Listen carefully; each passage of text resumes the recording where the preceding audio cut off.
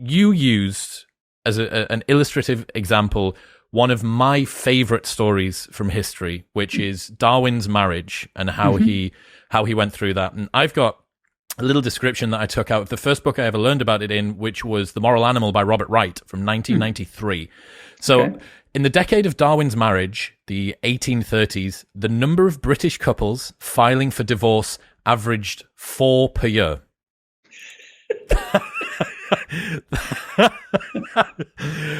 So Darwin... That's not in thousands. That's just 4. 4. I mean, the population will be a bit lower, but it's not. Marriage is significantly lower than the population is lower. So, Darwin, the ever the rationalist and the self-assessor, he was a man that seemed to be quite troubled with his own motivations. I think his degree of analysis and attention and assessment of other creatures also got turned inward on himself too. And he journaled. He journaled very frequently, so it meant that he has this journal which we now have access to. And he is trying to make this decision about whether to marry or not. The document has 2 columns, one labeled marry, one labeled not marry, and above them circled are the words, "This is the question." On the pro-marriage side of the equation were children, if it please God, constant companion and friend in old age who will feel interested in one, object to be beloved and played with. After reflection of an unknown length, he modified the foregoing sentence with, better than a dog anyhow. He continued, home and someone to take care of the house, charms of music and female chit-chat, these things good for one's health, but terrible loss of time. Without warning, Darwin had, from the pro-marriage column, swerved uncontrollably into major anti-marriage factors, so major that he underlined it. This issue, the infringement of marriage on his time, especially his work time, was addressed at greater length in the appropriate not marry column. Not marrying, he wrote, would preserve freedom to go where one likes, choice of society and little of it, conversation of clever men at clubs, not forced to visit relatives and to bend in every trifle, to have the expense and anxiety of children, perhaps quarrelling, loss of time, cannot read in the evening, fatness and idleness, anxiety and responsibility, less money for books, and, if many children, forced to gain one's bread. What an unbelievable example of somebody trying to use those frameworks in order to come up with a big life decision. Yeah. What I suggest, first point, of course, as I argue, is that if you look at those 2 columns, it's pretty clear what the right choice is.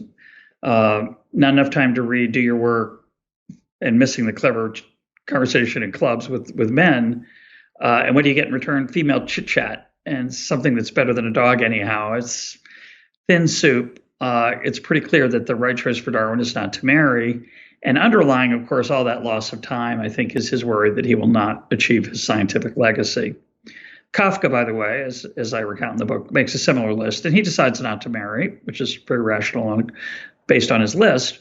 But Darwin, despite his list, marries. And at the end of having made those 2 columns, he then writes this stream of consciousness paragraph, which is basically, oh my God, I'll be alone in my old age, coming back to a dingy apartment. Marry, marry, marry.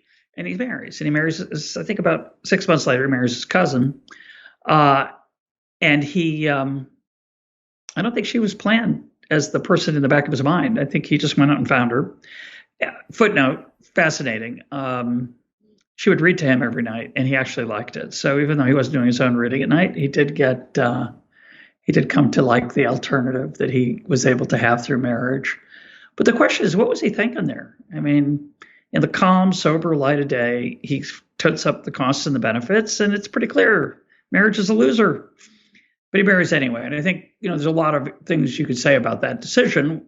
You could argue social norms kind of pushed him in that direction. I'm sure they did. But I like to think, and it's what I expanded on the book, I like to think that he understood there was more at stake than the day-to-day pleasures and pains of married life. There was meaning, and there was satisfactions he could only imagine, and he really couldn't imagine because he had no access to them.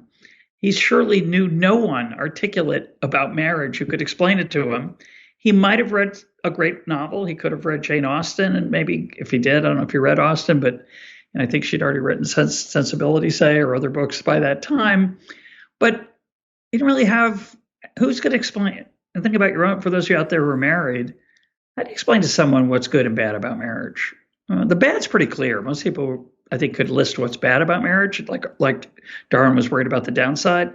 He had really no access to the upside. And the same would be true of children. From the outside, children looks like a pretty bad decision. I mean, really?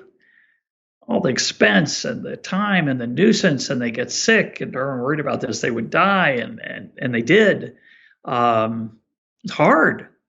And yet, most people have children. Is that irrational, or is there something else going on there? And I think until you've had children, your access to the inner life of parenthood is limited. It's not for everybody. It's not like it's a day at the park. It's not. But it adds a texture to your life that is unattainable very difficult to attain, I'd say, in other ways. It adds a meaningfulness and a purposiveness to life. And I think Darwin probably understood that somewhere, even though he didn't write it down. Maybe not. What's happening, people? If you enjoyed that, then press here for the full, unedited episode. And don't forget to subscribe. Peace.